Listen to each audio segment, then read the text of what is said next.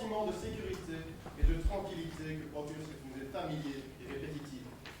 Nous les apprécions, comme tout à chacun, mais dans cet esprit de commémoration, qui prévoit que les événements importants du passé, habituellement associés à la mort d'un individu, ou à la fin de quelque horrible bataille sanguinaire, soient célébrés par de sympathiques congés, nous avons pensé que nous pourrions commémorer ce 5 novembre, jour hélas oublié, en consacrant un court instant de notre vie quotidienne à nous asseoir et à bavarder un peu. Il existe bien sûr des personnes qui ne veulent pas que nous parlions. Nous soupçonnons qu'en ce moment même, des ordres sont aboyés dans des téléphones et que des hommes armés vont bientôt se mettre en route. Pourquoi? Par semaine, sans nous substituer la matraque à la conversation, les mots recevront toujours leur pouvoir. Les mots sont le support de la compréhension, et pour ceux qui les écouteront, l'énonciation de la vérité. Et la vérité, c'est que quelque chose va très mal dans ce pays, n'est-ce pas? cruauté, Et injustice. intolérance. Et oppression.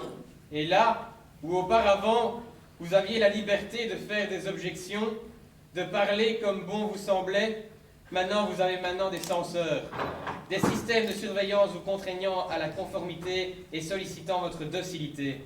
Comment est-ce arrivé? Qui est à blâmer? Bien sûr, il y a ceux qui sont plus responsables que les autres, et ils devront en rendre compte. Mais Encore dans un souci de vérité, si vous cherchez les coupables, nous vous conseillons simplement de regarder Dans un miroir.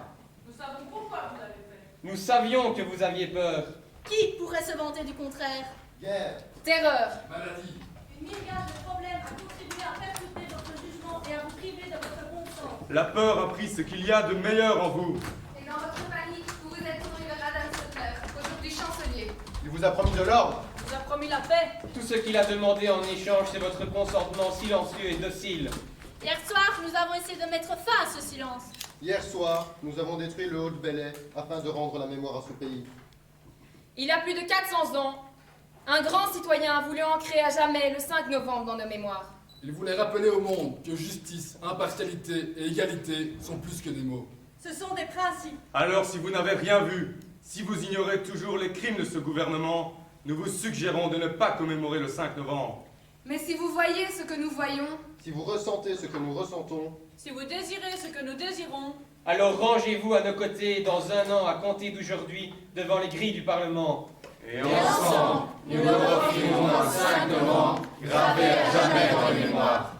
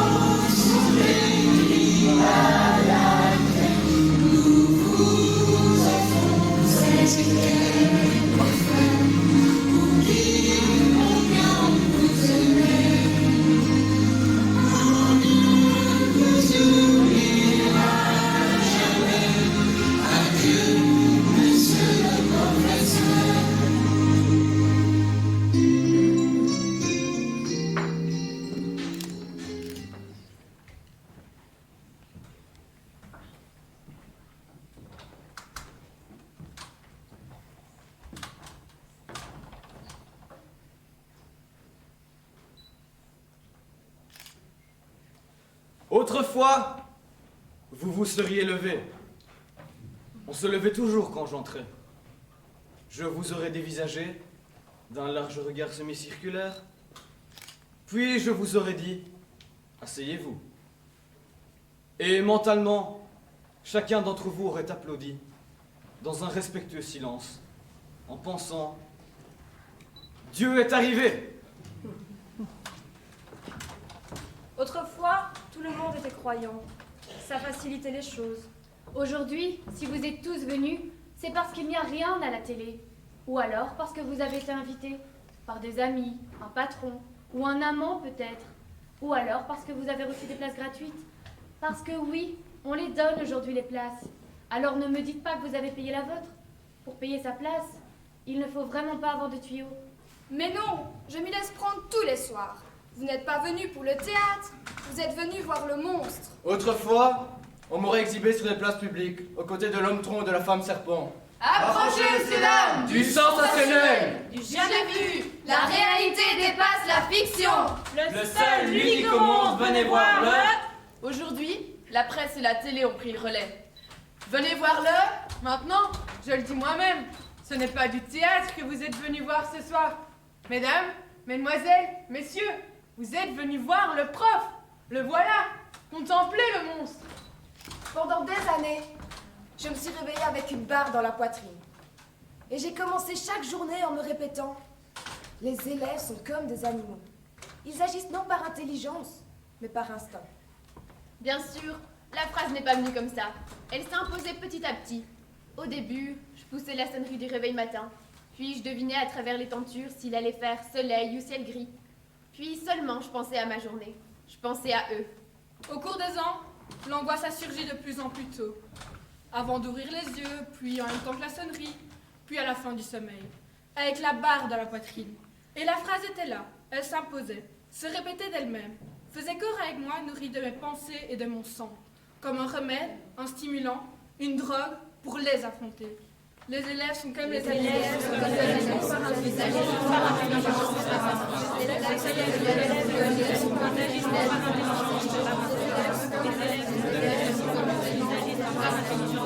Ça vous choque? Un jour, je l'ai donné comme sujet de dissertation. Ah, il y en a eu des réactions.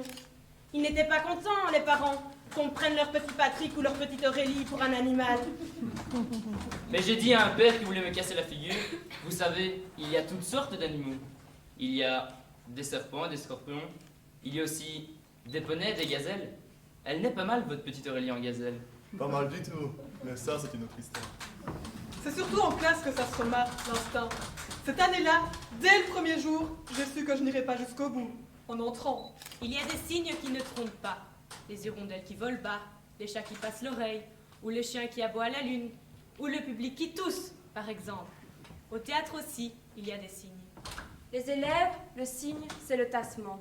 Si leur corps forme avec la table un angle de 80 à 90 degrés, cela signifie espoir de travail. Mais si leur poitrine s'affaisse jusqu'à réduire l'angle à moins de 40 degrés, c'est comme dans les pays volcaniques. Du suicide de rester à la maison quand les animaux s'enfuient de la forêt voisine. La terre va trembler. Il ne faut jamais aller contre la nature. Et les élèves sont très proches de la nature. Ils agissent par instinct, comme des bêtes. Je sais, je vous scandalise. Mes enfants ne sont pas des animaux. D'accord, c'est toujours les enfants des voisins. Vous n'êtes pas mieux cotés que les élèves. Croyez-moi, il y a aussi des spectateurs qui se tassent, ou qui toussent, ou qui bâillent.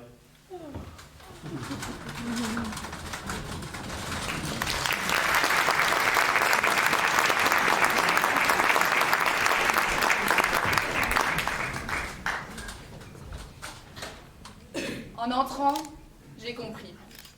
J'ai vu leurs jeans et leurs baskets.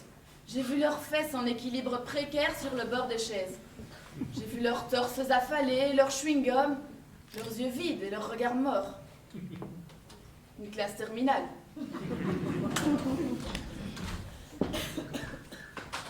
Comme chaque premier jour d'une nouvelle année, je leur ai posé la question.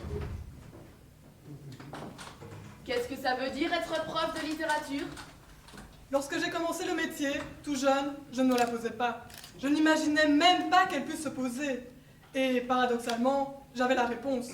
En vieillissant, je me suis posé la question. Mais je n'avais plus de réponse. Et pourtant, je leur ai posé la question, dès la porte, avant même qu'ils se lèvent. D'ailleurs, ils ne se seraient pas levés. Qui se lève encore à l'arrivée d'un prof? Pour qui se lève-t-on encore aujourd'hui? Hein? Ils me regardaient avec leurs grands yeux avides de tranquillité, avides que je leur foute la paix. J'avais donc posé ma question. J'ai attendu un peu, le temps de déposer mon cartable à côté du bureau. Puis j'ai répété. Qu'est-ce que ça veut dire être prof de littérature? Ça, c'est un truc. Posez 2 fois la question. Si certains d'entre vous étudient pour devenir prof, qu'ils retiennent bien ça. Poser 2 fois la question, ça fait gagner quelques secondes. Ça allonge. 2, c'est la sagesse.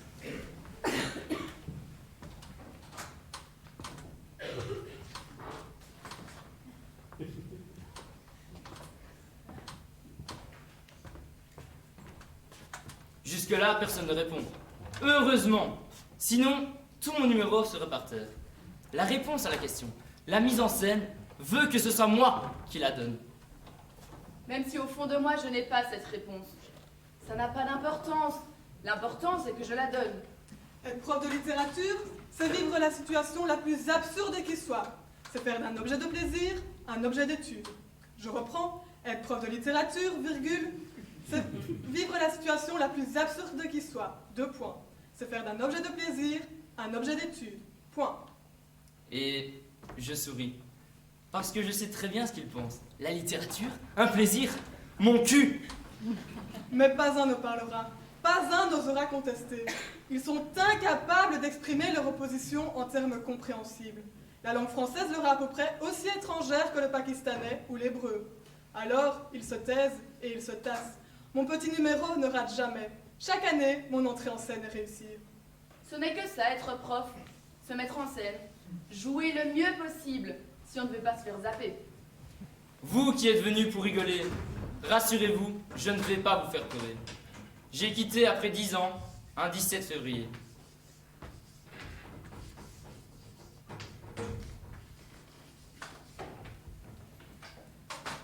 Le jour de la mort de Molière.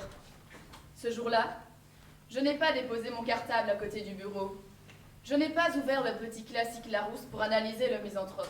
En quittant la maison ce matin-là, en embrassant ma femme Martine et ma fille Marie, je savais que mon calvaire touchait à sa fin. Qu'il n'y aurait plus ni Molière, ni Racine, ni Voltaire. Ni jeans, ni chewing-gum. Ni regard mort. Ma vie de prof s'est arrêtée à la scène 2 de l'acte 1 du misanthrope.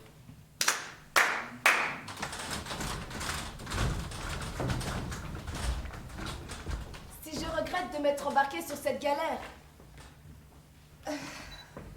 Vous connaissez un boulanger qui ne regrette pas au moins une fois dans sa vie de devoir se lever à 4 heures du matin.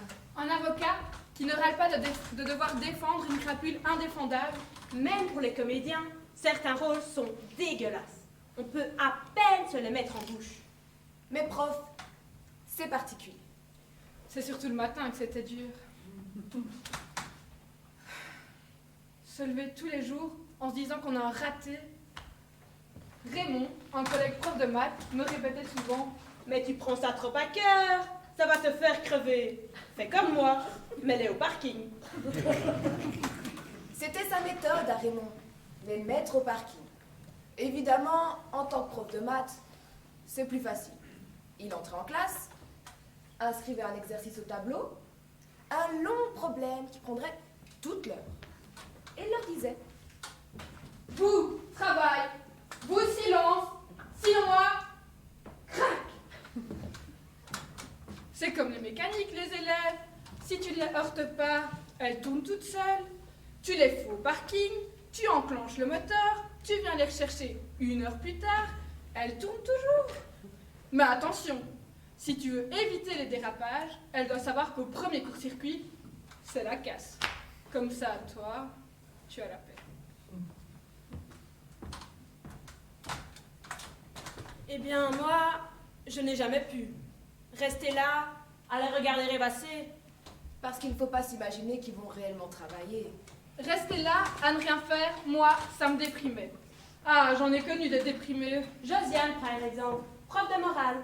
Un tranquillisant le matin avant d'entrer en classe, un le midi et une piqûre le soir. Marie-Claire, prof de latin, 32 ans. 3 cures psychiatriques, 3 séjours en clinique. Et Marcel, le brave Marcel, 50 ans, peut-être même 55 quand je l'ai connu. Prof de géographie. À son époque, les psys n'étaient pas encore à la mode. Résultat, un ulcère à l'estomac.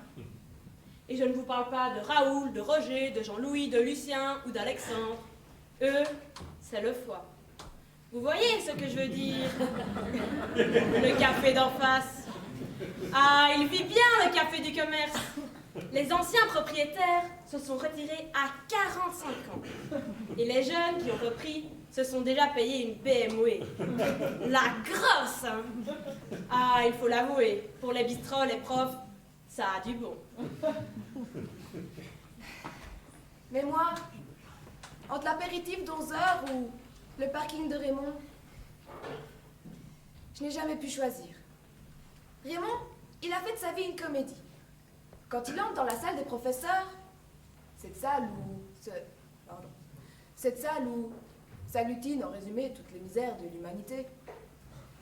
Raymond, quand il entre, c'est la bonne humeur qui passe. Et moi, c'est plutôt Corneille ou Racine. La tragédie en 5 actes. Moi, personne ne m'applaudissait. Et pourtant, j'avais un public. Pas de ces bourgeois, de ces snobs qui paradent à l'opéra, non. Non, moi j'avais un vrai public populaire. Le rêve de tout homme de théâtre. Je vous décris ma dernière terminale. Il y a d'abord Daniel, le plus beau. 1m90, 20 ans et des poussières, une demi-douzaine de paires de boucles d'oreilles et une tonne de chaînes au poignet.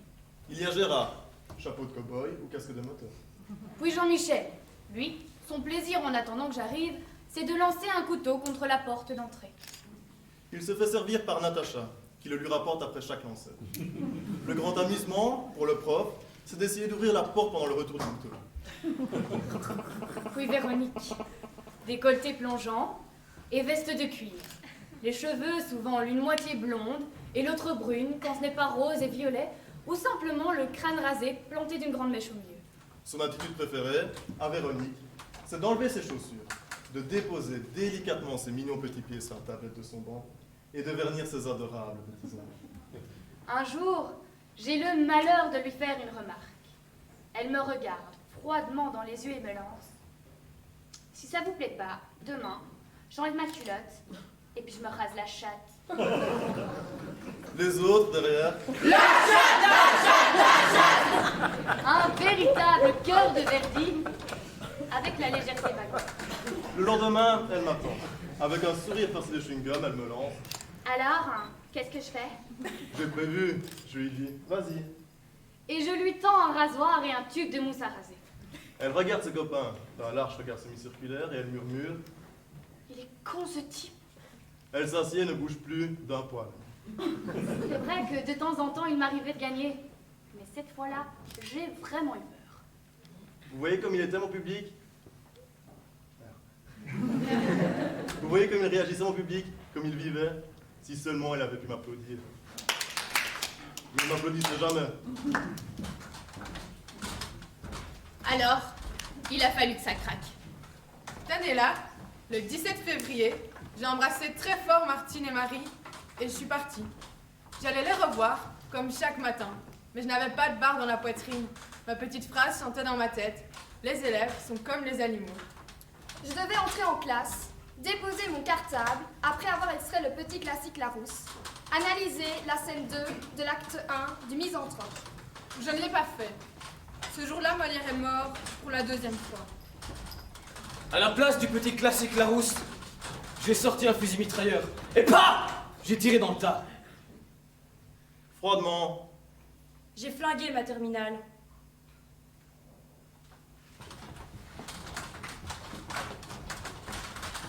Vous voyez, je parviens à vous faire rire. Au ministère, ils n'ont pas ri. Pourtant, ça leur faisait du travail en moins, des diplômes en moins et des chômeurs en moins. Sur mes 26 élèves, 18 y étaient passés. Pas un si mauvais carton pour quelqu'un qui n'est pas professionnel. Je ne m'étais jamais servi d'une arme.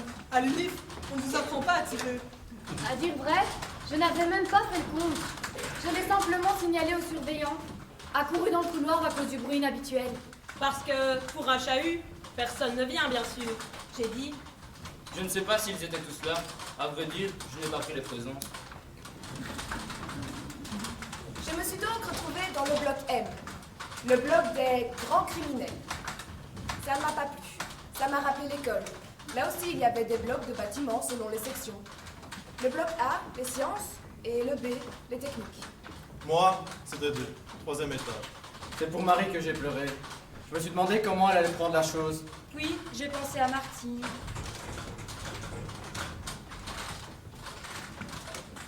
Puis, j'ai arrêté de pleurer. Et je me suis dit que j'allais être en vacances, définitives. Et qu'enfin, j'allais vivre.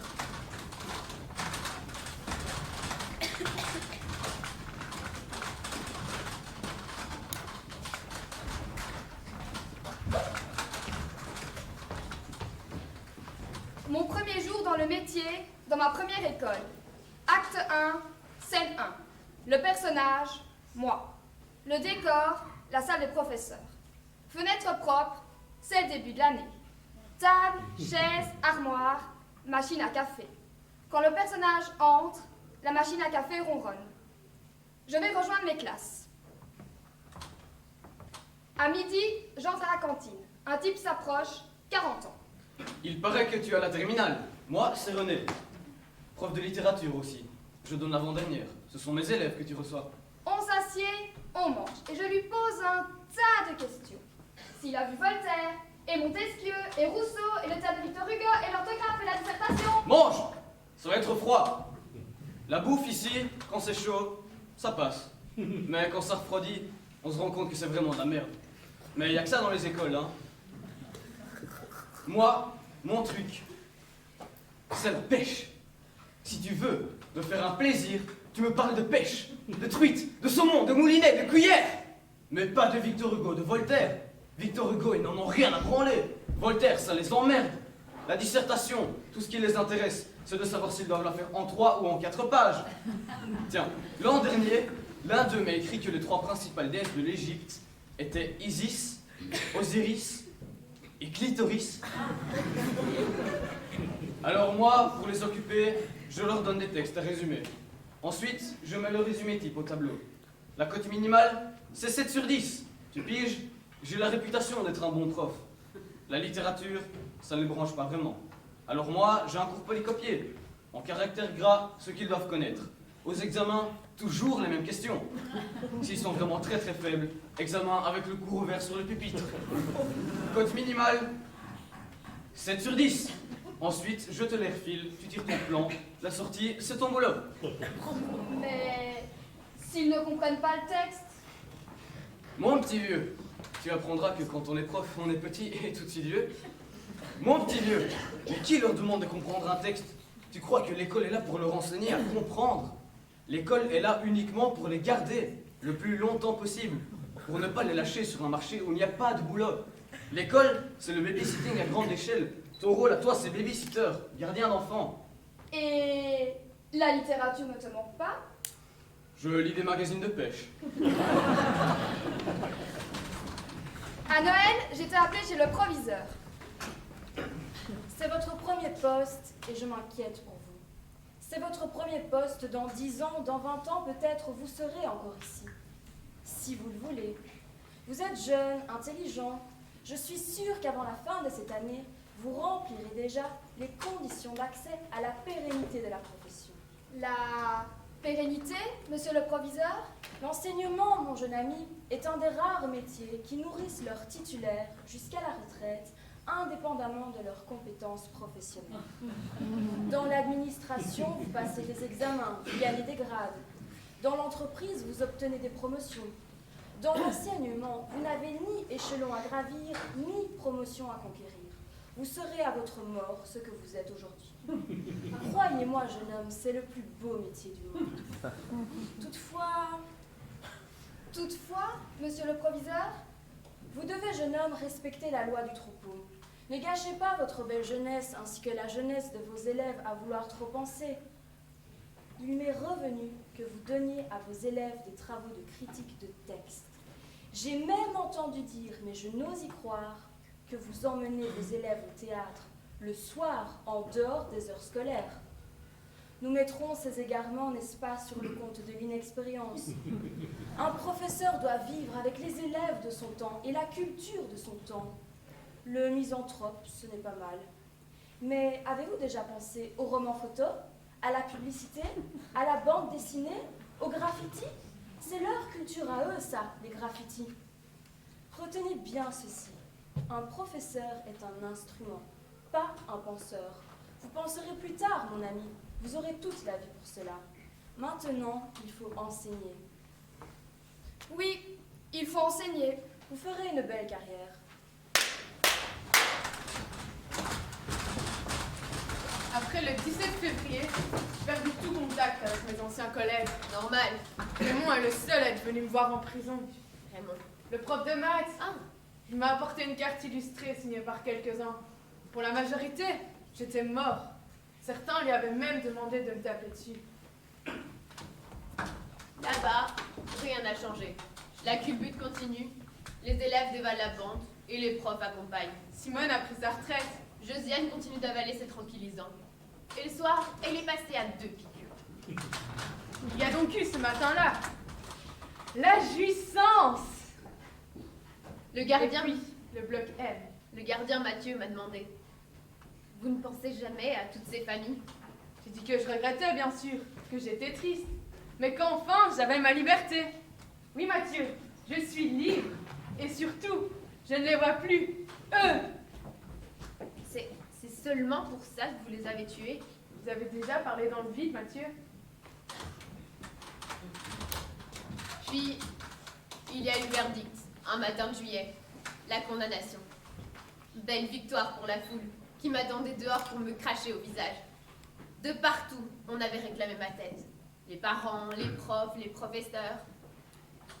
Puis, tous à la barre s'étaient succédés et avaient cette même question. Pourquoi? Pourquoi? Personne ne comprenait. Le proviseur, mes collègues, les élèves. J'étais un bon prof, je n'étais pas violent, je ne me battais jamais, je ne buvais pas, je ne me droguais pas. Au lieu de m'accuser, il servait presque ma défense. Surtout Michael, fort impressionnant, qui pendant toute la séance m'a regardé moi, au lieu de regarder le président. Et puis, avant de partir, il a dit: au revoir, monsieur. Oh, et puis la tôle quand même. Il y a une justice, dit-on. Retour au bloc M. J'ai voulu écrire. Pas tout de suite. D'abord, je ne voulais plus les voir. Penser à eux. Respirer une seconde en pensant à eux. Je pensais que la rupture serait nette et que la liberté l'emporterait. Mais la barre dans ma poitrine était là tous les matins. Eux étaient là. Je les voyais. Je sentais leur odeur. Je sentais leur chewing-gum, leurs jeans, leurs cheveux gras. Alors j'ai pensé qu'écrire me délivrerait. Je me suis fait apporter un bloc de papier, comme ceux qu'ils gaspillaient dans ma classe. Un vulgaire bloc de papier brouillon, au grain épais, dont les feuilles se déchirent mal et sur lesquelles l'encre du stylo fait un pâté à chaque lettre. Oui, j'ai choisi expressément ce papier de mauvaise qualité. Par vengeance. Pour m'enivrer à chaque coup de plume, comme un coup de griffe lancé sur la peau de mes élèves.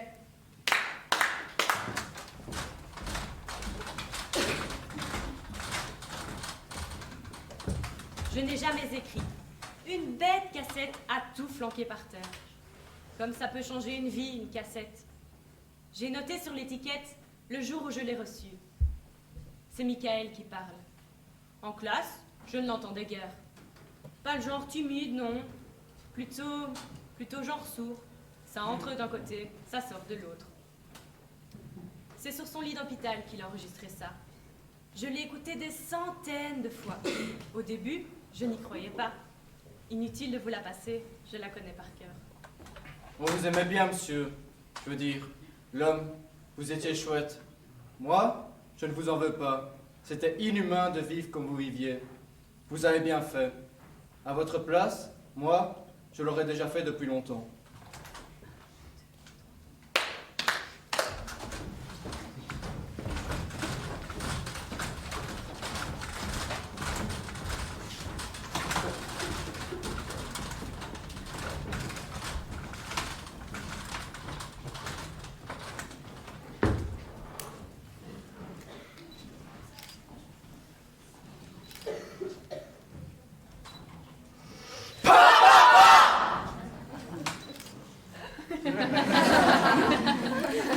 Vous n'y avez pas cru, n'est-ce pas?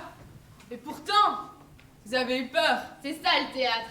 Vraiment, vous avez cru tout ce que je vous ai raconté? Vous avez oublié où vous êtes? Vous n'avez pas cru toute cette histoire. Non, vous n'avez pas avalé toute cette haine, toute cette insignifiance. Moi, je les aimais. Je les aimais chaque année, mes animaux. Je les aimais comme on aime son canari, dans sa cage, à la fenêtre du jardin. On le regarde derrière les barreaux, sautiller d'une perche à l'autre. On lui ouvre la porte, il sort, s'installe sur l'appui de fenêtre, désire partir, ouvre les ailes et ne part pas. Oui, je les ai aimés, mes petites bêtes pleines d'envol.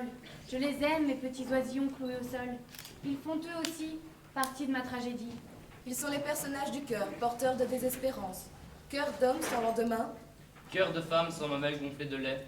Cœur d'enfant errant, Cœur de vieux qui n'ont jamais été jeunes. Cœur de voix sans cri, cœur d'amour furtif, épuisé à vivre. Un conseil encore à ceux qui voudraient s'engager dans cette galère. Suivez des cours de psychologie animale. Ça ne résout rien, mais ça aide. Et puis, ça leur fait du bien de leur parler aux animaux, quand ils vous regardent avec leurs petites têtes et leurs petits yeux ronds. Mon père parlait à ses vaches et à ses veaux à peine nés. Et il disait « Ça les calme, ils en retiendront toujours quelque chose. » L'autre jour, Marie m'a envoyé une coupure de journal. C'est une jeune fille maintenant, et son prof ne lui a jamais parlé d'Antigone. Une coupure de journal avec une photo où on la voit au premier plan. Au-dessus de la photo, un titre. Les jeunes et leur avenir. C'est une photo de groupe, une manif. Marie marche au premier rang, tenant dans la main droite un panneau peint en lettres majuscules. Donnez-nous des profs. Je lui ai téléphoné. J'étais en tournée dans le sud à cette époque. Pourquoi vous avez peur, les profs? Je ne suis plus prof. Tu rigoles? Quand on a été prof, on le reste pour toujours. Il nous faut des profs, papa, des vrais. Pas des assassins qui nous tuent à coups de résignation, mais des mecs et des bonnes femmes qui ont du sang dans les veines et qui ne craignent pas de le faire couler. Pourquoi vous avez peur, les profs? Qu'est-ce que tu attends d'un prof? Tout. C'est décidé. Qu'est-ce qui est décidé? La littérature. Je vais étudier la littérature. C'est décidé, tu sais, tu ne pourras pas me faire changer d'avis. Pourquoi faire? Prof. Je vais être prof. Pour réparer. Et si c'étaient les dieux descendus sur la terre?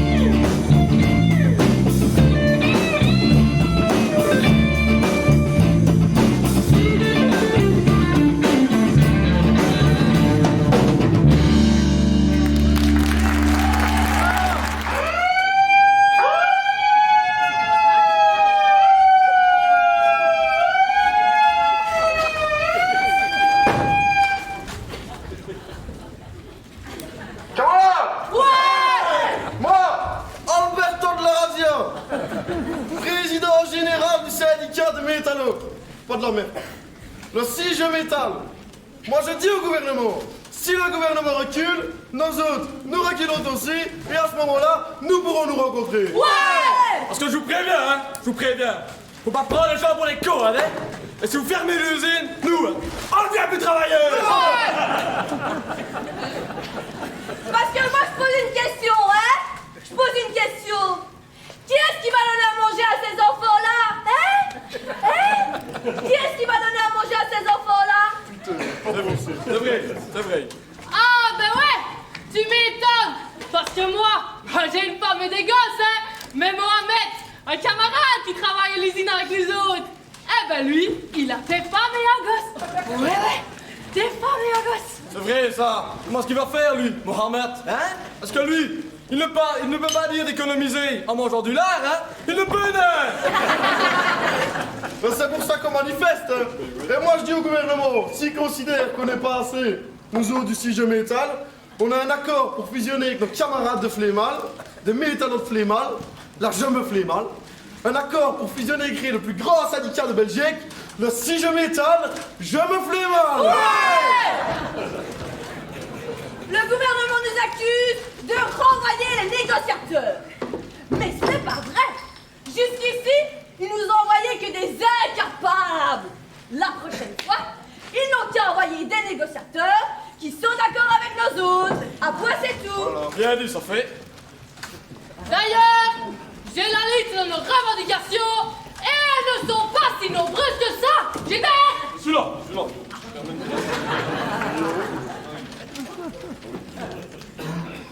Première revendication. Acceptez toutes nos autres revendications. Deuxième revendication. Nous exigeons... Gilbert! Ils ne voudront jamais! Celui-là, allez. Ça te coûte rien de demander, en fait. Mais ils ne voudront jamais! C'est toujours. Oh, ça va, je demande, hein. Chiant. Nous exigeons 10 millions. On peut demander 30 alors, hein? Allez. Nous exigeons 30 millions d'euros en coupure de 200 usagers et non marqués, ainsi qu'un avion prêt à décoller de Zaventem avec le plein de carburant. Ouais! Troisième revendication. Libérez Van der Beest. Non. Gilbert, c'est quand t'as fait cette photocopie, là? La prochaine fois, me le dis pex, hein? Imbécile. Quatrième revendication. Nous voulons tous un abonnement annuel pour le stade du Standard. Ah, c'est là, ouais, hein. Même si bientôt, ils les donneront gratuitement, hein? Ce n'est pas vrai. Peut-être encore demander quelque chose. Nous demandons, non, nous exigeons la réduction des 24 heures de Francorchamps à 22 heures, payées 24. Ouais! Le ministre, moi je vais vous dire ce qu'il a fait. Il a fait du troc. Ouais, il a fait du troc. Merci. Il a troqué nos emplois pour la stabilité d'un Eurofort. En vue de perspectives européennes. Après, c'est tout. J'ai bien fait de mettre des piles là-dedans, moi, hein? Oh putain. Ça te procure du plaisir, hein, allez. Tu me gênes. Tu peux essayer? Tout le monde, je dégoûte. Je suis au Reviens. Je sais ce qu'il a fait, le ministre. Il a troqué nos emplois. Ah ouais, il a troqué nos emplois pour la stabilité d'un Eurofort en vue des perspectives européennes. Et c'est tout. Moi, je lui dis au ministre, hein, et je n'ai pas peur de lui dire, hein, ici au forge, on dit c'est en forgeant qu'on devient forgeron. Monsieur le ministre, c'est entre quand qu'on devient trop con, René? Hé, vous avez 2 minutes, les gars. Hé, fais, caméra d'RTL, ça? Ouais? Parce que ma femme ne regarde que ça entre nous. Tu peux laisser un petit message? Ouais, des... Minou. Si tu m'attends, ne m'attends pas. Il n'y a toujours pas de travail et au moins jusqu'à demain matin, donc... Si tu pouvais enregistrer L'amour est dans le prix, ça me ferait vraiment plaisir, hein, Minou. Je te fais une baise, hein. Non mais, sérieusement, moi, je vais vous dire, j'ai été voir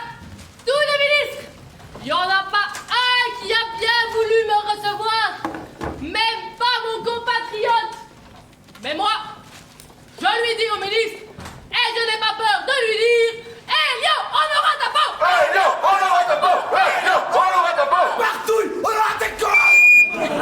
Ah, ça va pas, non? Je n'aime pas tout. On s'excuse. La politesse en France. Non, mais sérieusement, j'ai été voir tous les ministres. Il n'y en a pas un qui a bien voulu me recevoir. On a été je ne sais combien de fois à Bruxelles. Il n'est même pas venu nous faire coucou à ta tête. Non, non, monsieur ne s'est même pas dérangé. Le ministre, moi je vais vous dire ce qu'il a fait. Il a fait son grand cerf. Ouais, il a fait son grand cerf. Et nous, nous, il nous considère comme les lapins chassés par ce chasseur impitoyable. Quel chômage! Et il ne nous ouvre pas.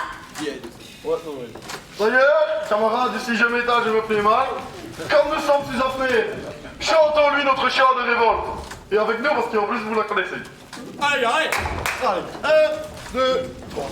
Dans sa maison, un gros cerf, regardez par la fenêtre, un lapin venir à lui et frapper ainsi. Alberto, où est-ce celui-là? Il est vu. Un lapin. Ça, c'est une levrette, hein. J'ai la putain d'écureuil, ouais. Un escargot. Vraiment tout. Hé, Tibet, où est sa maison à celui-là? C'est un pneu ta maison, fait. Une roulotte. C'est moderne, quand même. Bon, on recommence, parce que c'était pas bon. Et tous ensemble, cette fois-ci, parce que j'en ai vu. Bon, Allez, hein. 3, 4. Allez, marche. Dans sa maison, un grand cerf, regardez par sa fenêtre, un lapin venir à lui et frapper ainsi. 3, 4. Serre, ouvre-moi, ou le chômage me tuera. Lapin, oh, c'est bien. Me laisser la mer. Allez, mes camarades, si je m'éteins, je me plais mal, je suis fier de vous. Ouais.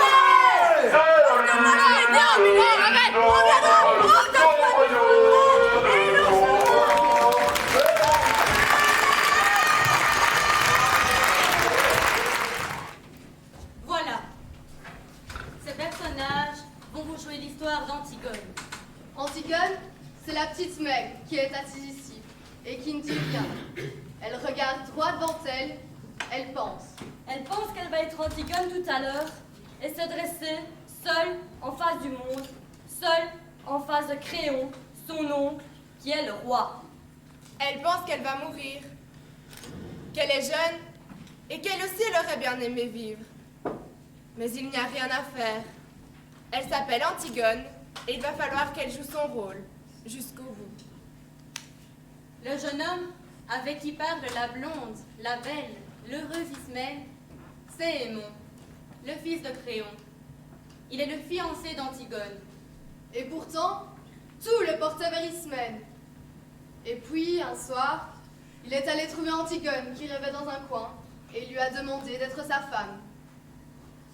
Antigone a levé sans étonnement ses yeux graves sur lui et lui a dit oui, avec un petit sourire triste.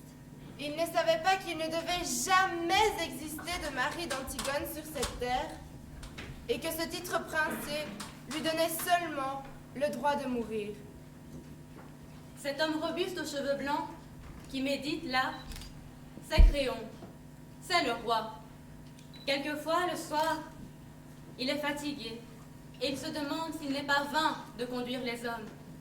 Et puis, au matin, des problèmes précis se posent qu'il faut résoudre. Et il se lève, tranquille, comme un ouvrier au seuil de sa journée. Les deux hommes rougeaux qui jouent aux cartes, ce sont les gardes, les auxiliaires de la justice de Créon. Et maintenant que vous les connaissez tous, ils vont pouvoir vous jouer leur histoire. Elle commence au moment où les deux fils d'Édipe, Éthéocle et Polynice, qui devaient régner sur Thèbes 1 an chacun un tour de rôle, se sont battus et entretués sous les murs de la ville. Créon, le roi, a ordonné qu'à Éthéocle, le bon frère, il serait fait d'imposantes funérailles. Mais que Polynice, le vaurien, le voyou, le révolté, serait laissé sans pleurs et sans sépulture, la proie des corbeaux et des chacals. Quiconque osera lui rendre les devoirs funèbres sera impitoyablement puni de mort.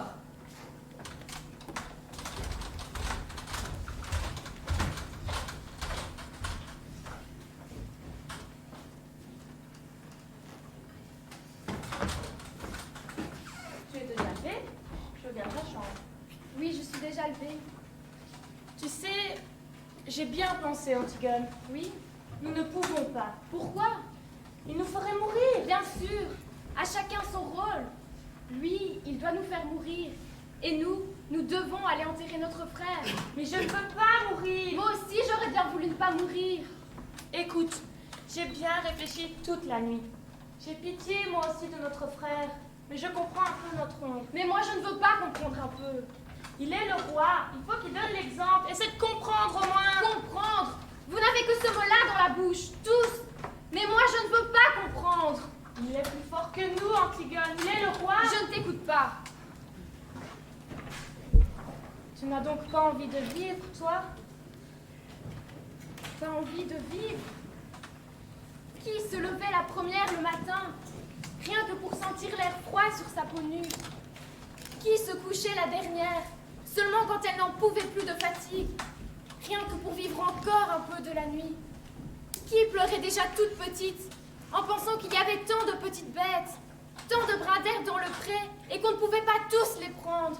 Ton bonheur est là devant toi, et tu n'as qu'à le prendre. Tu es fiancée. Je parlerai tout à l'heure, Amy. Aimon sera tout à l'heure une affaire réglée. Tu es folle. Va te recoucher, Ismaël.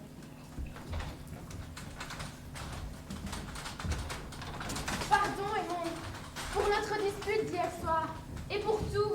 Tu sais bien que je t'avais pardonné, à peine as-tu claqué la porte. Oh, mon chéri, comme j'ai été bête. Tout un soir gaspillé, un beau soir. Nous aurons d'autres soirs, Antigone. Peut-être pas. Serre-moi, plus fort que tu ne m'as jamais serré. Tu m'aimes, n'est-ce pas? Tu m'aimes comme une femme? Oui, Antigone, je t'aime comme une femme. Voilà.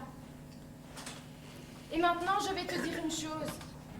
Et quand je l'aurai dite, il faudra que tu sortes, sans me questionner. Jure-le-moi. Je te jure.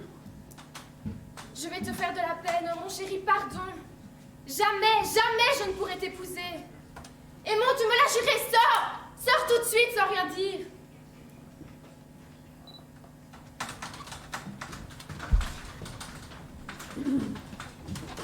Voilà.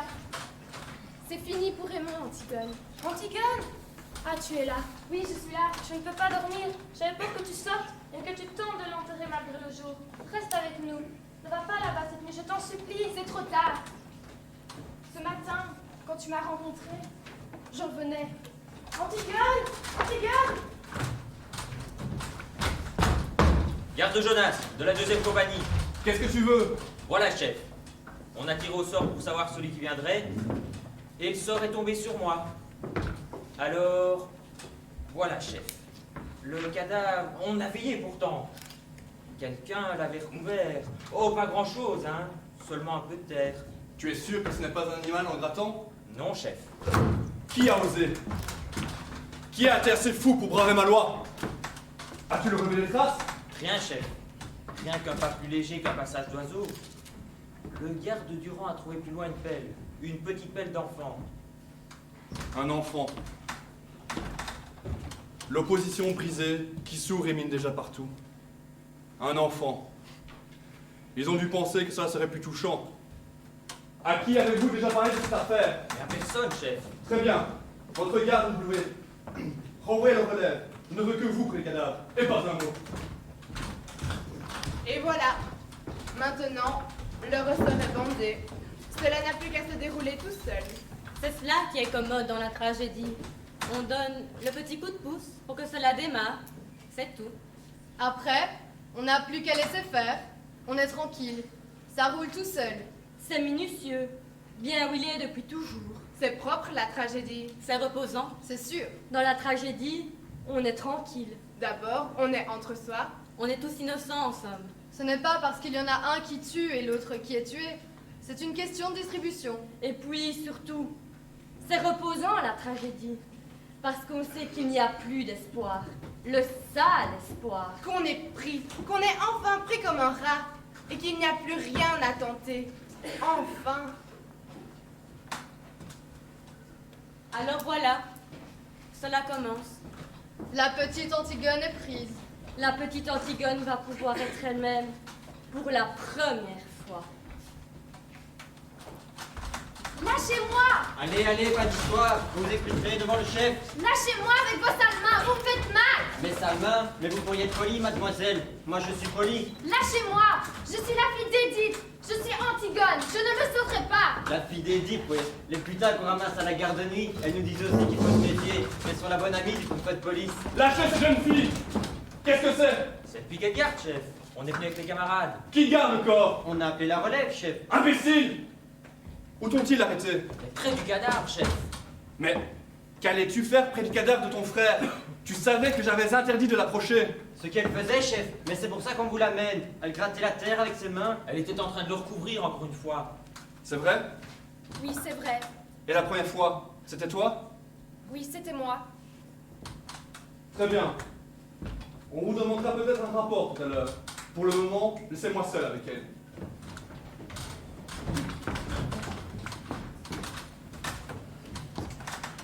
Avais-tu déjà parlé de ton projet à quelqu'un? Non. Très bien. Alors écoute, tu vas rentrer chez toi, te coucher, dire que tu es malade, que tu n'es pas sorti depuis hier. Pourquoi? Puisque vous savez bien que je recommencerai. Mais pourquoi? Pourquoi as-tu tenté d'enterrer ton frère? Je le devais. Je l'avais interdit. Je le devais tout de même.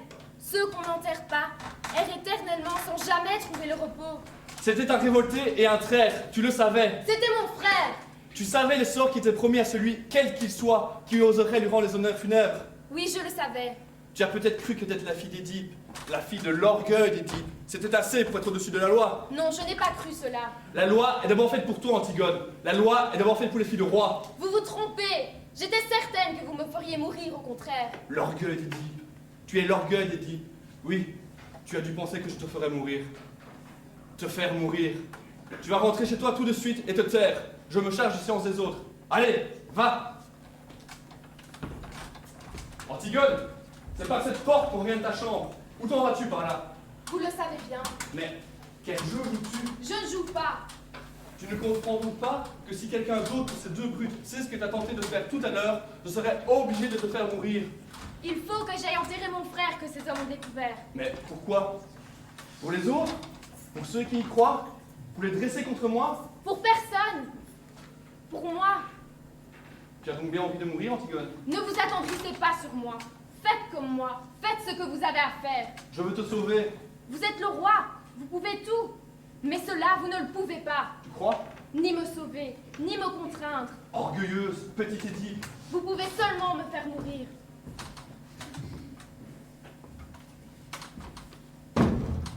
Écoute.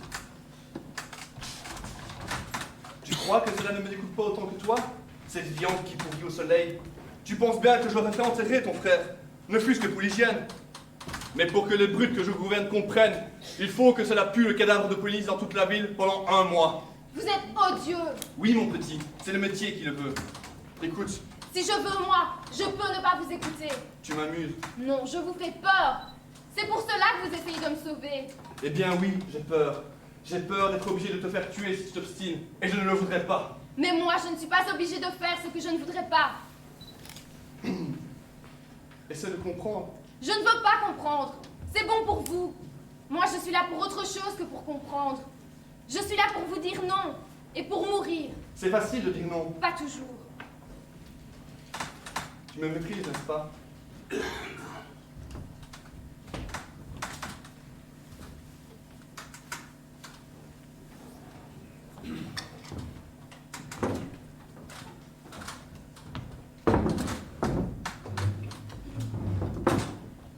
Écoute-moi quand même pour la dernière fois, Antigone. Tu sais pourquoi tu vas mourir?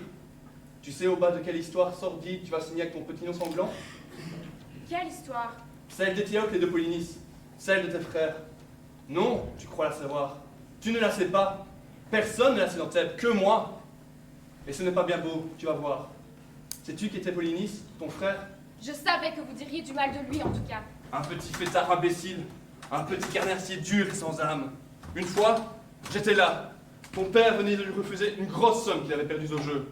Il est devenu tout pâle et il a levé le poing en criant un mot ignoble. Ce n'est pas vrai! Après cette dispute, il s'est engagé dans l'armée argienne. Et dès qu'il a rejoint les Argiens, la chasse à l'homme a commencé contre ton père. J'ai fait faire hier des funérailles grandioses à Éthéocle. Éthéocle était un héros et un saint pour Thème maintenant. Tout le peuple était là. Mais je vais te dire quelque chose à toi. Quelque chose que je sais seul. Quelque chose d'effroyable. Éthéocle, ce petit de vertu, ne valait pas plus cher que Polynice. Le bon fils avait lui aussi essayé de faire assassiner son père. Le prince royal avait décidé lui aussi de vendre Thème au plus offrant. C'est un hasard si Polynice a réussi son coup avant lui.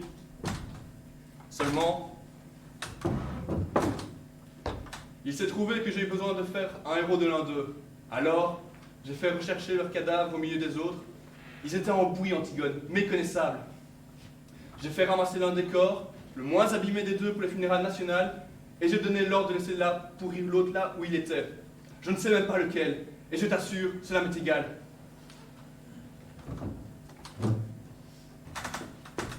Que vas-tu faire maintenant? Je vais remonter dans ma chambre. Ne reste pas trop seul. Tu as toute la vie devant toi. La vie, ce n'est peut-être tout de même que le bonheur. Le bonheur? Un pauvre mot, hein?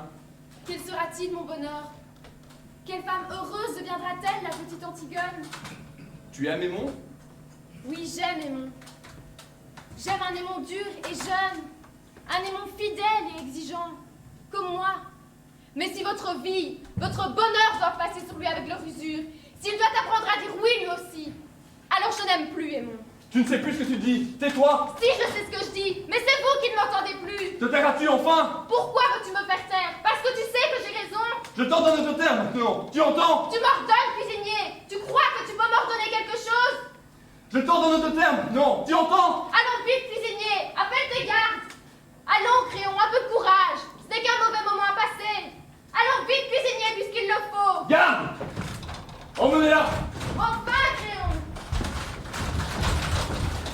Tu es fou, Créon! Qu'as-tu fait? Il fallait qu'elle meure. Ne laisse pas mourir Antigone, Créon. C'est elle qui voulait mourir. Aucun de nous n'était assez fort pour la décider à vivre. C'est une enfant, Créon. Que voulais-tu que je fasse pour elle? La condamner à vivre? Père! Oublie-la, Aimon! Oublie-la, mon petit! J'ai fou, père, lâche-moi! J'ai tout essayé pour la sauver! J'ai tout essayé, je te le jure! Antigone, Antigone, au secours! Créon, il faut faire quelque chose. Je ne peux plus rien. Là, c'est fini pour Antigone. On venait à peine de jeter Antigone dans son trou qu'une plainte nouvelle sort des profondeurs. Tous regardent Créon qui hurle soudain comme un fou. Enlevez les pierres, enlevez les pierres! Les esclaves se jettent sur les blocs entassés, et parmi eux, le roi suant, dont les mains saignent. Les pierres bougent enfin. Antigone est au fond de la tombe, et Aimon, à ses genoux, qui la tient dans ses bras et gémit, le visage enfoui dans sa robe. On bouge un bloc encore, et Créon peut enfin descendre. Il essaye de relever Aimon. Il le supplie, mais Aimon ne l'entend pas. Il tire son épée et il se la plonge dans le ventre. Je les ai fait coucher, l'un près de l'autre. Deux amants au lendemain de la première nuit. Ils ont fini, eux. Pas toi, Créon. Tu es tout seul maintenant, Créon. Tout seul. Oui. Et voilà, sans la petite Antigone, c'est vrai, ils auraient tous été bien tranquilles. Et maintenant, c'est fini. Ils sont tout de même tranquilles. Tous ceux qui avaient à mourir sont morts. C'est fini. Un grand apaisement triste tombe sur Thèbes, et sur le palais vide où Créon va commencer à attendre la mort. Il ne reste plus que les gardes. Eux, tout ça, cela leur est égal. C'est pas leurs oignons. Ils continuent à jouer aux cartes.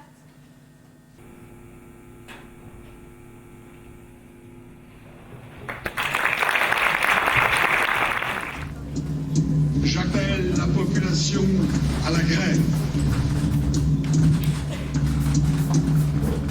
Aujourd'hui, je lance un appel aux barricades.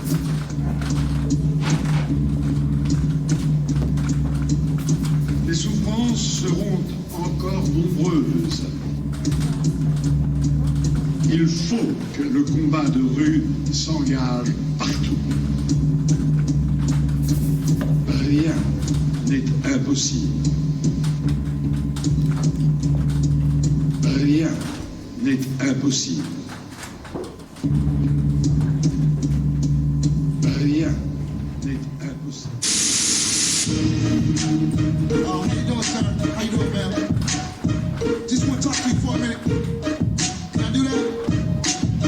Oh, excuse me, sir. Excuse me, man. Hello. How you doing? How you doing? Hello. Oh. How you doing? How you doing? Hello. Oh. How your people's doing? Hello. Yeah. Yeah. Let's go. To the little lady. To the little lady. Not to the little lady. Not to the little lady. Not to the little lady. Not to the little lady. Not to the little lady. Not to the little lady. Let's go. Anything you want me to, yeah, I do. But if it ain't none alone, then I want more. That's 'cause my spirit lives, so I still show you love. But it can be move, move, move, move, move, move.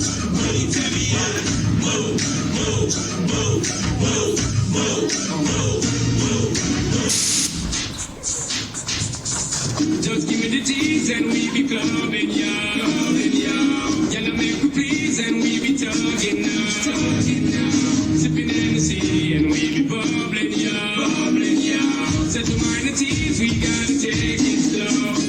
The CDS be floating, no provoking, call the girls provoking. Best thing for the recreation, to get the best girls in every nation. Our girls be promoting and supporting and them love overjoking, give them something.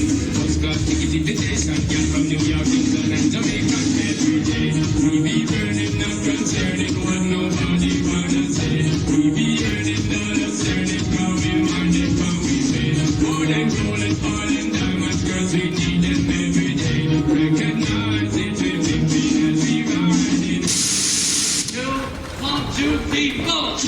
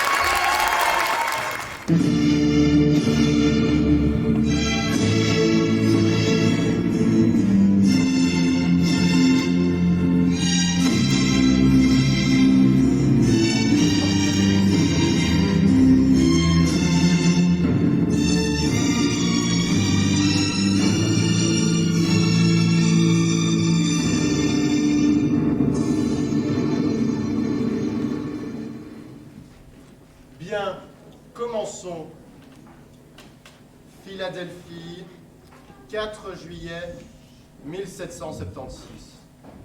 Notez, lorsque dans le cours des événements humains, il devient nécessaire pour un peuple de dissoudre les liens politiques qui l'ont rattaché à un autre, le respect dû à l'opinion de l'humanité oblige à déclarer les causes qui le déterminent à la séparation.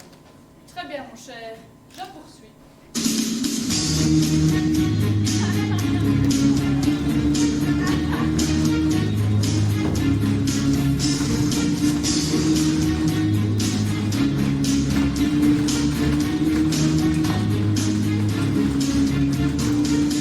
Les hommes sont très égaux, ils ont des droits à faire respecter. Parmi ces droits se trouve la liberté, la vie et la recherche du bonheur. Quand un gouvernement fait tout ce qu'il veut, le peuple doit le rejeter. Dans leur bateau, là-bas, ils s'enfuient, pendant que nous, on crée un pays. Nous, les colonies, on veut la vie, jour après jour, nuit après nuit. À quoi ça sert d'être sur la tête si c'est pour faire un bien à nous? On sait que le temps, c'est comme le vent, on vit bien que ça d'important. Tout va mal de la morale, on sait bien qu'on fait pas de mal. En conséquence, nous, les représentants des États-Unis d'Amérique, assemblés en congrès général, prenant à témoin le juge suprême de l'univers, publions et déclarons solennellement, au nom et par l'autorité de ces colonies, que ces colonies sont et ont le droit d'être des États libres et indépendants, qu'elles sont dégagées de toute obéissance envers la couronne de la Grande-Bretagne et que tout lien politique entre elles et l'État de la Grande-Bretagne est et doit être entièrement dissous.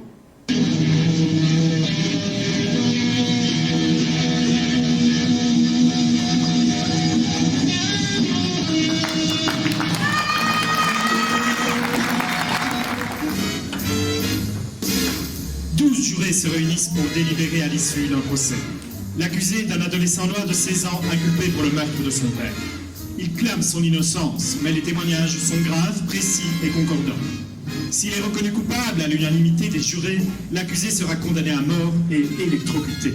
Lors du premier vote, 11 jurés votent coupable, une seule vote non coupable. La 8e jurée a expliqué son veto. Un nouveau vote devra avoir lieu.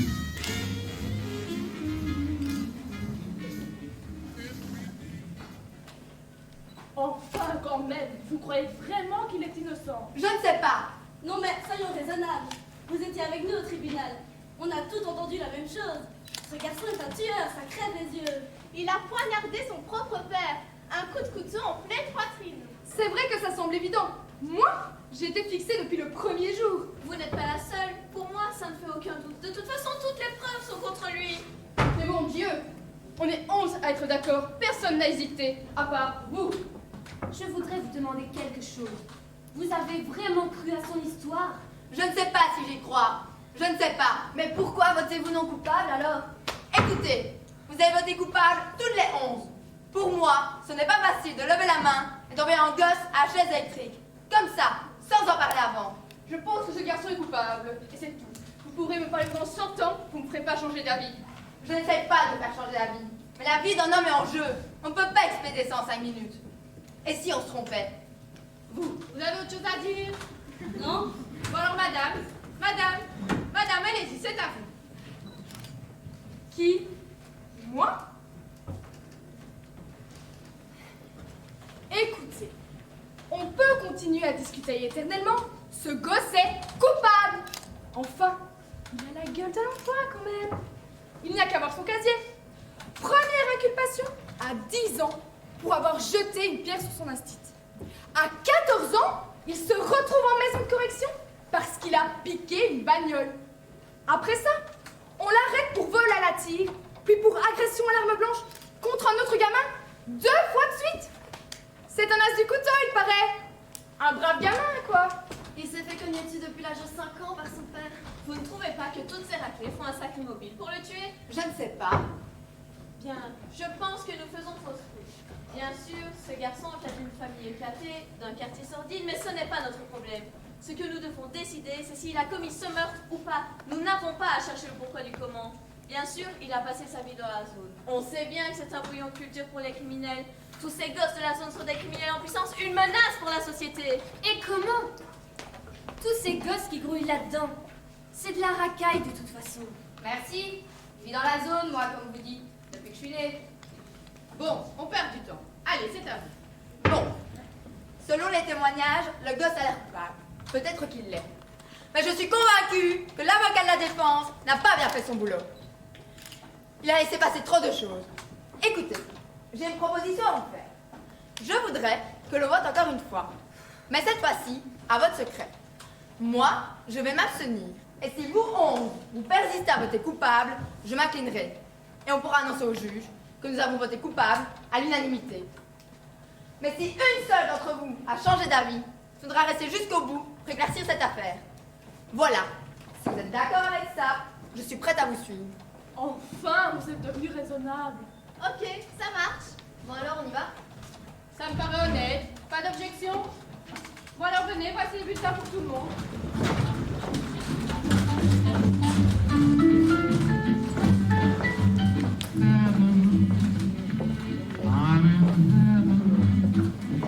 And my heart beats so that I can hardly speak.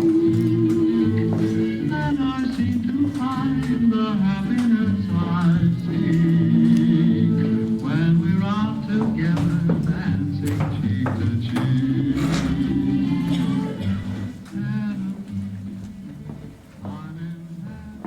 Coupable. Coupable. Coupable. Coupable. Coupable. Coupable. Coupable. Coupable. Coupable. Non coupable. Ah! Oh putain, mais qu'est-ce qui se passe là? Encore une autre qui a pété les plombs. Bon, alors c'est qui? Allez, allez, moi je veux savoir. Pardon, mais nous avons voté à bulletin secret, nous étions d'accord. Quel secret? Y a pas de secret qui tienne. Y a pas de secret dans un jury. Moi, je sais qui c'est. Alors vous, je vous retiens. Vous commencez par voter coupable comme tout le monde, et puis le curton là, elle vous sort tout son prêchi-prêcha pour vous tirer les lames. Elle vous raconte que c'est pas la faute du petit gars s'il est un assassin, et vous vous changez d'avis. Ça me rend malade. Pourquoi pas faire une quête pour lui tant que vous y êtes? Non mais dites donc, vous n'avez pas à me parler sur ce ton. Laissez-moi. Vous n'avez pas le droit de me parler comme ça. Allons, calmez-vous. Elle se prend pour qui elle? Vous avez vu ça? Allez, asseyez-vous. C'est fini, ce n'est pas grave. Elle est un peu énervée. Tu parles que je suis énervée. On essaie de coller un criminel là où il doit être, sur la chaise électrique, et il y en a une qui vient me raconter Alice au pays des merveilles. Et nous, on est obligés d'écouter ça. Doucement, doucement. Mais comment ça, doucement? Vous trouvez ça normal qu'un assassin se balade dans les rues, vous? Pourquoi on lui rend par son couteau? Ce sera plus commode pour lui. Bon, faut arrêter de gueuler. Est-ce que quelqu'un a quelque chose de constructif à dire? S'il vous plaît, je voudrais dire quelque chose. J'ai toujours cru que dans ce pays, on avait le droit d'avoir ses opinions. Hé! Vous noyez pas le poisson, vous. Et vous? Pourquoi vous avez changé d'avis? Elle n'a pas changé d'avis, c'est moi. Vous voulez que je vous dise pourquoi? Non, je n'en ai rien à foutre. Je vais quand même expliquer si ça vous dérange pas. On est vraiment obligé d'écouter ça. Dis donc, cette personne peut parler. Merci. Cette dame nous a tenu tête à tout. Elle ne dit pas que le gosse n'est pas coupable, mais qu'elle n'en est pas sûre. C'est pas facile d'être seule contre toutes et de supporter leurs moqueries. Elle a pris le risque de chercher un soutien parmi nous, et moi j'ai décidé de la soutenir. Je respecte ses raisons. Peut-être bien que le gosse est coupable, mais je veux en savoir davantage.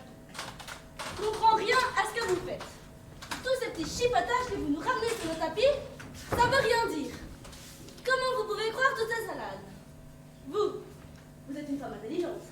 Vous n'allez pas dire le contraire, hein, vous connaissez la vie. Alors, putain de merde, regardez un peu où on en est. Vous connaissez ces gens. Cette fille-là, je sais pas ce qu'elle cherche, elle. Tous baratins. Écoutez, faut s'occuper que des faits. Ces gens-là, c'est des menteurs-nés. C'est comme ça qu'ils sont. Et personne d'intelligent ne me fera croire autre chose. Ils savent même pas ce que c'est, la vérité. Enfin, y a qu'à les regarder. Ils sont pas comme nous. Ils pensent pas comme nous. Ils agissent pas comme nous. Par exemple, il leur faut pas beaucoup pour zigouiller quelqu'un. C'est vrai, bon Dieu, tout le monde sait ça. Ils se bourrent la gueule avec du vin rouge, des marcher comme ça. Ils n'arrêtent pas de se saouler. Ouais, moi je suis d'accord. Et quand ils sont bourrés, tiens, pan! Il y en a un allongé raidement dans le caniveau. Mais bon, je leur en veux pas d'être comme ça. C'est dans leur nature. Ils sont violents. La vie humaine, ça veut pas dire la même chose pour eux que pour nous. Alors ces gens-là se bourrent la gueule à longueur de journée. Ils arrêtent pas de se bagarrer. Alors quand il y en a un qui clame, bon, il a clamsé. Ils en ont rien à foutre. La famille, ils en ont rien à foutre. Ils se reproduisent comme des bestioles de toute façon. Un père, une mère, mais ça veut rien dire pour eux. Oh, bien sûr, il y a des bons parmi eux. Il y a des bons partout. Je suis la première à le dire, ça. J'en ai connu qui étaient pas mal. Mais attention, hein, c'est l'exception. Vous savez que vous êtes des malades? Malades, moi? Vous devriez vous asseoir. T'es que tu prends pour qui? Qui elle, pour me parler comme ça? Malade? Moi? Mais regarde-toi, tu tiens à peine debout. J'ai des choses à dire, tu vas les écouter, c'est moi qui te le dis. Vous allez mieux vous calmer. Je vais pas me calmer. Il y en a pas un seul de vous qui se tracaille. Vous m'entendez? Pas un seul. Alors laissez-moi vous dire, bande de tarés. Surtout vous là-bas, vous qui savez tout sur tout. On est en danger, nous autres. Mais vous ne le voyez pas? Ces gens-là nous envahissent. Ce gosse-là, sa race, elle est en train de se multiplier 5 fois plus vite que nous. 5 fois? C'est officiel, c'est dans les statistiques. Et c'est des bêtes sauvages. Ils sont contre nous. Ils nous détestent, ils veulent nous éliminer. Oh, puis arrêtez de me regarder comme ça, vous. Mais c'est un vrai danger. Mais bon Dieu, on vit une époque dangereuse. Mais si on ne fait pas attention, mais si on ne les extermine pas à la première occasion, c'est eux qui vont nous avoir. Ils vont nous asphyxier, ils vont nous bouffer. Ta gueule. Vous vous prenez pour des petits génies, hein. Mais vous feriez mieux de l'écouter. Ils sont enragés. C'est des vicieux, des abrutis. Je vous préviens, le voyou qu'on juge, là, il faut pas le lâcher. C'est au moins un qu'on tient. Il faut le supprimer avant que ses frères nous suppriment. La loi, je m'en fous. Eux aussi, ils s'en foutent, moi je vous le dis. Ça suffit maintenant, on vous a assez entendu. Je vais te casser la tête, ma petite gueule. Hein, c'est ce que tu veux? On vous a tous assez entendus. Alors maintenant, vous allez vous asseoir et fermer votre boîte à ordures. Il est difficile de faire abstraction de préjugés personnels. Peut-être que nous nous trompons, peut-être allons-nous rendre la liberté à un criminel. Mais il se trouve que notre âme et conscience, nous gardons un doute sur sa culpabilité. Peut-être que vous, qui pensez qu'il est coupable, pouvez-vous nous expliquer pourquoi? Je veux bien essayer. Vous avez brillamment évoqué quelques invraisemblances. Mais ça ne m'empêche pas de croire encore que le gosse est coupable. Pour 2 raisons. Premièrement, la femme d'en face a assisté au meurtre. Mais bien entendu, pour moi c'est le témoignage le plus important du procès. Et deuxièmement, elle a décrit le geste du garçon qui a levé le bras au-dessus de sa tête et a planté le couteau dans la poitrine de son père. Donc, elle l'a vu utiliser son arme. D'une façon peut-être pas très orthodoxe, mais elle l'a vu. Alors, parlons un peu de cette femme. Elle a dit qu'elle s'était couchée vers 23h ce soir-là. Son lit est placé tout près de la fenêtre. Elle peut donc voir sans effort la chambre du gosse qui se trouve en face. Elle s'est tournée et retournée dans son lit sans trouver le sommeil pendant plus d'1 heure. Finalement, elle se tourne vers la fenêtre et là, à minuit 10, à travers les vitres du métro qui passe, elle voit le crime se dérouler en face. Elle dit que la lumière s'est éteinte tout de suite après, mais qu'elle a clairement vu le gosse poignarder son père. Pour moi, il n'y a rien à dire. C'est un témoignage irréfutable. Quand je vous vois vous frotter le nez comme ça me rappelle quelque chose. Pourquoi vous frottez-vous le nez ainsi? Je me frotte le nez parce qu'il me démange. Et c'est bien à cause de vos lunettes. C'est bien ça. Vos lunettes vous laissent des marques très profondes sur le nez. Ça doit être désagréable. Oh, en effet.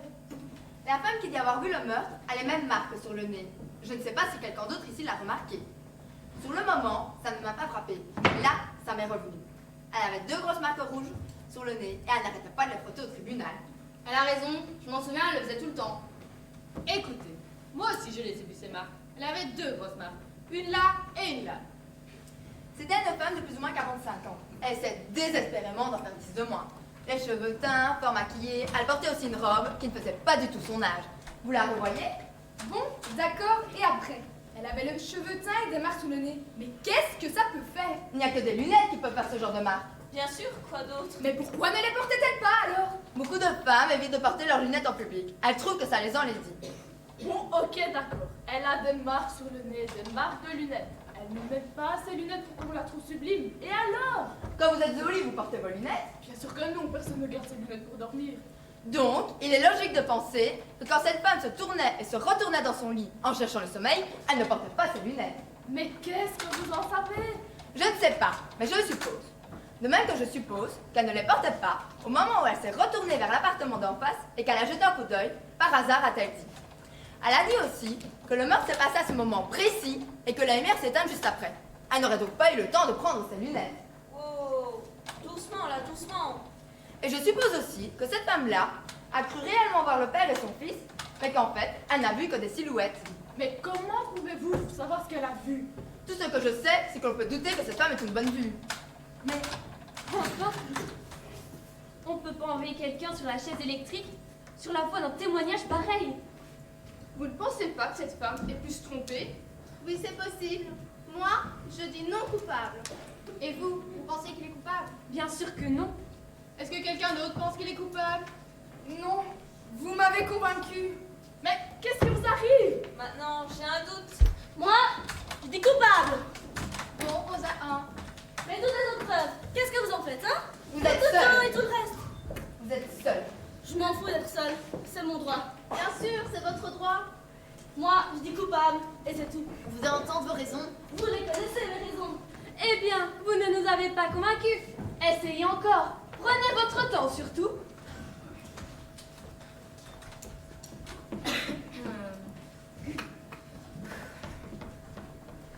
D'accord, d'accord. Non coupable. Nous avons pris une décision.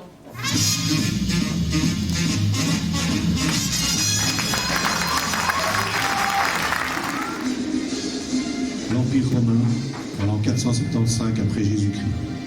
La Bretagne est dirigée par un roi, Arthur, placé sous l'obédience de Rome. Ce dernier a reçu de la part de la Dame du Lac, une envoyée de Dieu, une mission sacrée. Retrouver le Saint Graal, la coupe dans laquelle le sang du Christ a été recueilli lors de sa crucifixion. Pour l'aider dans cette mission, Arthur s'est entouré de preux et nobles chevaliers, les meilleurs de tout le royaume. Léodagan, Perceval, Caradoc, Père Blaise, Lancelot et bien d'autres. Réunis à Camelot, le château d'Arthur, ils forment une confrérie soudée et dévouée, l'élite de l'élite, les chevaliers de la table ronde.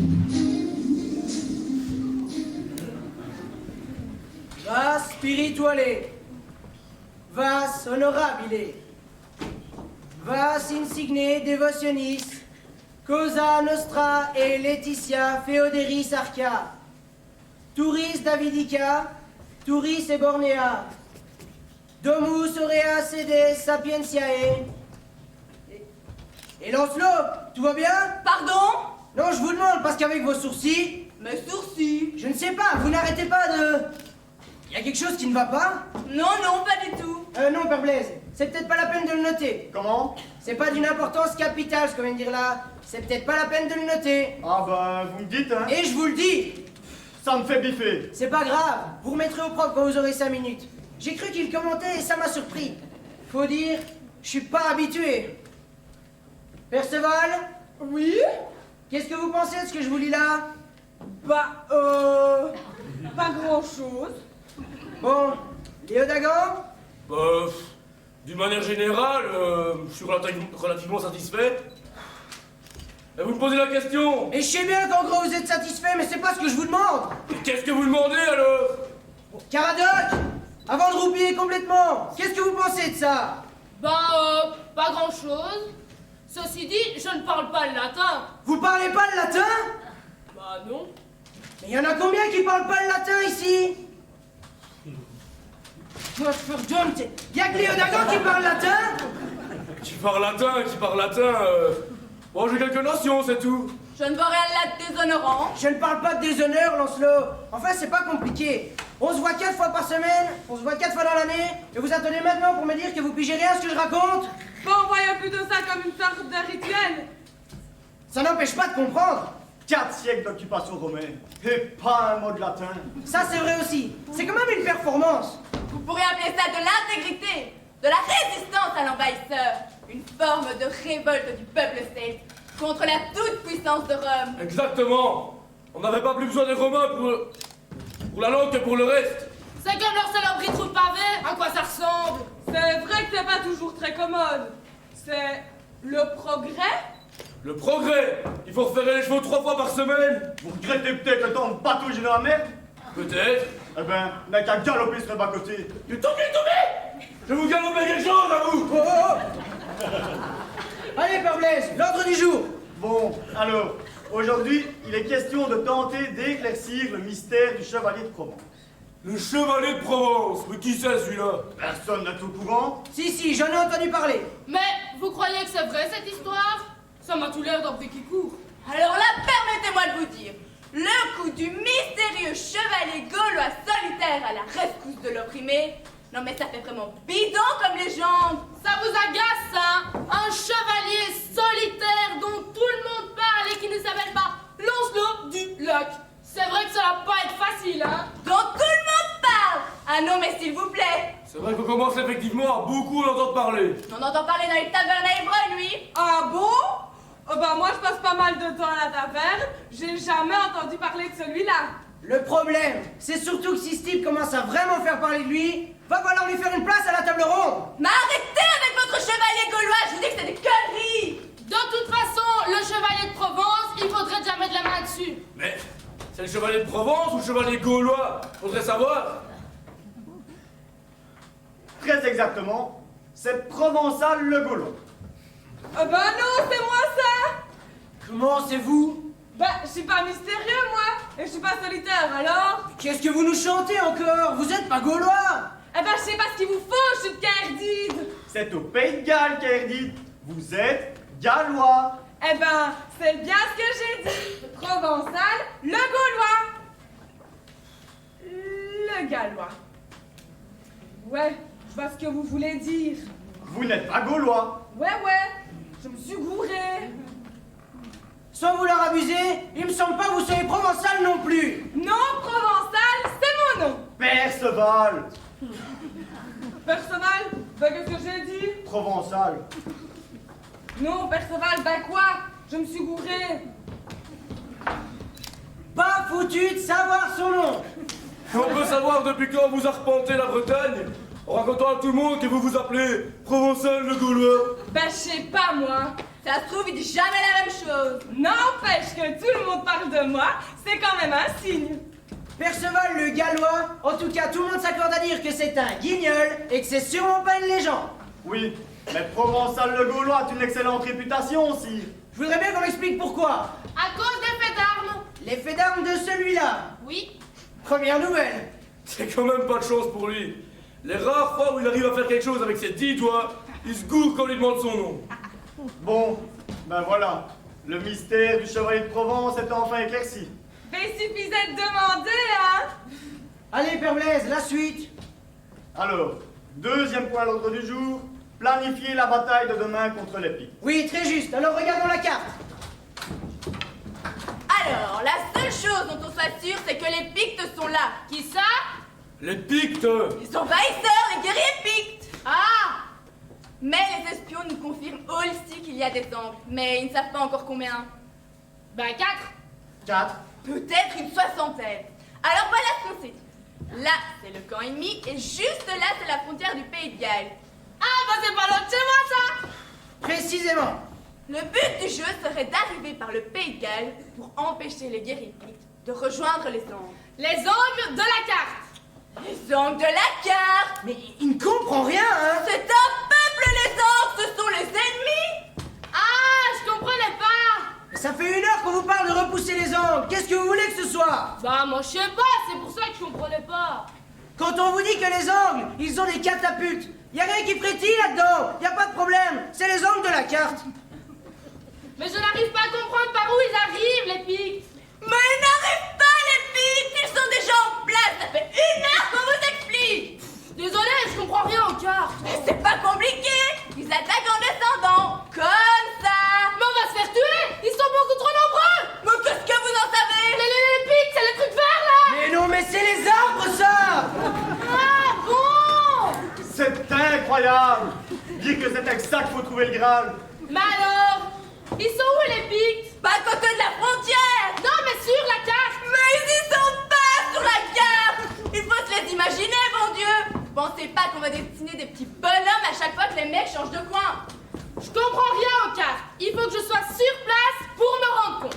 Nous, on s'occupe de vous tailler une brèche jusqu'au Pays de Galles. La seule chose qu'on vous demande, c'est de soulever 40 archers ici. Soulever 40 archers. C'est trop, ben 30 alors. Non, mais c'est pas ça le problème. Mais pourquoi voulez-vous que je les soulève? Non mais je rêve.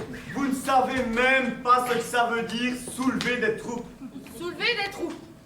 Attendez, on parle de plan de bataille 4 fois par semaine. Vous ne m'avez jamais entendu dire soulever des troupes? Ah si, tout le temps. Mais je pensais que c'était une expression. Mais une expression de quoi? Bah, pour donner du courage. Comme quand vous dites battez en retraite.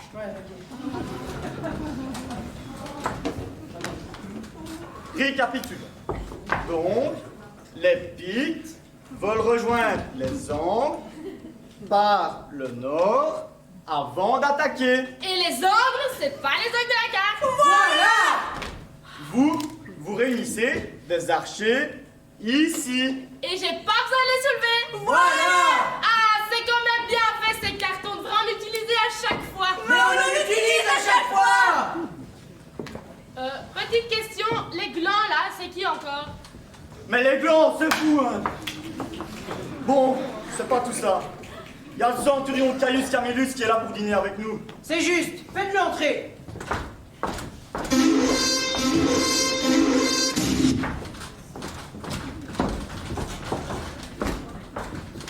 Avec Arthur!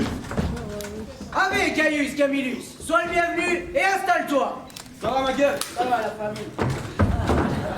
Je vous ai apporté du pancréas de biche au pruneau.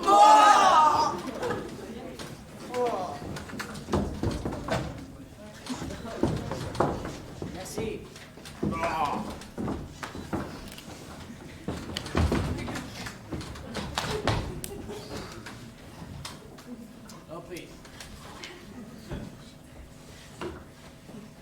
Sur la guerre, là-dessus je dis rien. Vous vous défendez bien. Mais en ce qui concerne la bouffe, vous devriez au moins finir une fois venir avant de pouvoir commencer.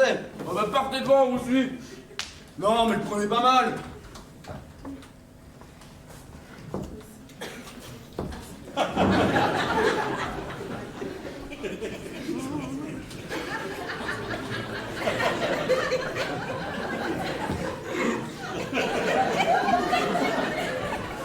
Merci. On vous invite à table et vous critiquez. Est-ce que vous faites des remarques, nous, sur votre cuisine? Vous faites marrer tout le monde avec vos chenilles à la purée de fraises. Et votre couille d'oursin aux amandes. Vos narines de bouc confites au miel. Et je sais pas quelle autre saloperie. C'est vrai que sur la bouffe, ça déconne un peu. On m'invite. Je suis censé occuper le pays quand même. Normalement, il n'y a pas besoin qu'on m'invite. Occuper le pays. Non mais vous y croyez encore à ça? Je vais vous asseoir dans une catapulte. Je suis sûr qu'en visant le Colisée, j'ai mes chances. Non mais, calmez-vous, on part. C'est fini Rome, terminé, et tout le monde le sait. Comment il s'appelle votre empereur déjà? Romulus Augustus. C'est ça. Et quel âge il a? 11 ans. Et demi. Vous parlez de superpuissance. Non mais il est vachement mûr pour son âge. On a beau dire, vous les Romains, vous ne vous êtes pas foutus du monde question expansion. Franchement, il n'y a pas si longtemps, il n'y avait pas un caractère habitable qui n'était pas estampillé SPQS. Vous avez plié ça, plié. Toutes les bonnes choses ont une fin. Et les aqueducs, c'est vous qui les avez construits, les aqueducs peut-être? Oh là là, vous allez pas nous les ramener à chaque fois, vos aqueducs. N'empêche que nous autres, on sait construire. C'est quand même un peu plus classe que remuer en merde séchée. Quoi? Et Camelot? Mais c'est de la merde séchée peut-être? Bon d'accord, Camelot, c'est pas mal foutu. C'est pas mal foutu. Tout Empire d'Irlande. Merveille. C'est tout carré, il n'y a rien, pas une colonne. C'est pourtant pas compliqué quand on veut faire un peu cossu, 2-3 colonnes. Les colonnes, c'est les machins que vous avez piqués aux Grecs. Oh, m'en lancez pas là-dessus, vous savez que ça finit toujours mal. Mais de toute façon, qu'est-ce que vous leur avez pas piqué aux Grecs? Les costards, les jupettes rouges avec les petites lamelles métalliques, ça c'est romain. Oh, c'est l'uniforme réglementaire. Je suis obligé de le porter, je n'y peux rien. Ah non, mais ça impressionne. Les Ostrogoths, quand vous arrivez, ça doit leur coller les miquettes, non? Centurion Gaius Camillus. Attention les Ostrogoths, j'arrive. Mais vous êtes un peuple fédéré, vous me devez le respect, merde. Mais on vous respecte, c'est bon. On Quand nous même. manque de trouille, ça vous va? Mais quand même, ça vous fait pas drôle d'être dirigé par un merdeux de 10 ans? De toute façon, on lui donne pas 2 mois avant qu'il se fasse égorger. À Rome, c'est simple, il y a au moins 2 pushs par an. Y en a qui disent que celui-là, c'est le dernier. Ouais, que quand celui-là sera désingué, Rome, on ira y visiter que pour les ruines. Nous autres au camp, on est même en train de se faire la malle. On irait même peut-être chez Mémé. Non mais... Sans blague. Vous déconnez? Oh, et puis il sera pas un mal, ça fait 16 ans que j'ai plus vu mes gosses. Mais vous allez vous faire chier sans nous. Ah, de toute façon, vous savez c'est quoi la consigne? C'est quand le parti, il faut tout brûler. Quoi? Tout cramer. Ah non! Compagnons, face à une telle cruauté et une telle perfidie, il est de notre devoir de résister à la tyrannie. Tous debout! Prêtons serment! C'est bancal! Foutu table ronde! Nous, les représentants et les chefs! Nous, les représentants et les chefs des États de Bretagne et de Gaule! Des États de Bretagne et de Gaule! Nous sommes ici par la volonté du peuple! Nous sommes ici par la volonté du peuple! Et nous ne nous séparerons que lorsque nos régions! Et nous nous séparerons que lorsque nos régions seront indépendantes et libérées! seront indépendantes et libérées de la dictature de Rome! de la dictature de Rome! Dès ce jour, nous proclamons notre indépendance et nous nous appellerons désormais les États-Unis d'Armorique! Civis Passam! Barbarie! Sursum! Gauda! Vai! Victis! Barbemus!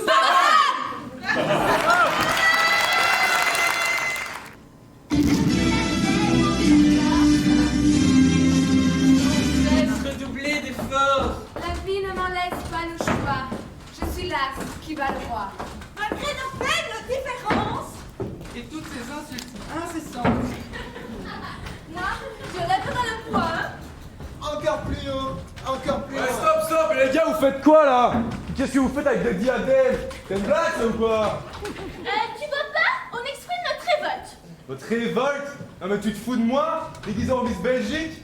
Et avec ça? Fais la tête, et le torse, ça cesse de doubler d'efforts. Finalement, laisse pas de choix. Je suis là, c'est pas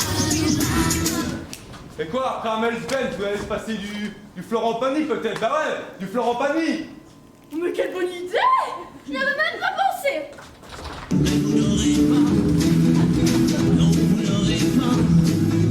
liberté de penser. Non mais c'est vraiment un bordel là! Il est vraiment temps de faire une pause, hein! T'as totalement raison, gamin. Car oui, spectateurs du théâtre FMR, vous avez des droits. On vous a déjà enlevé celui d'être bien assis, et là je pense que je parle pour tout le monde. Pour certains, on vous a même obligé d'être là ce soir, en particulier pour Monsieur Van Stappel ou pour Madame Dufour, qui aurait préféré regarder la grande première sur RTL TV. Alors levez-vous, spectateurs du théâtre éphémère, levez-vous, je vous invite à vous lever. Allez, levez-vous, parce que c'est l'entracte, il est là, allez, boire un verre, laissez-moi avec eux. Wow.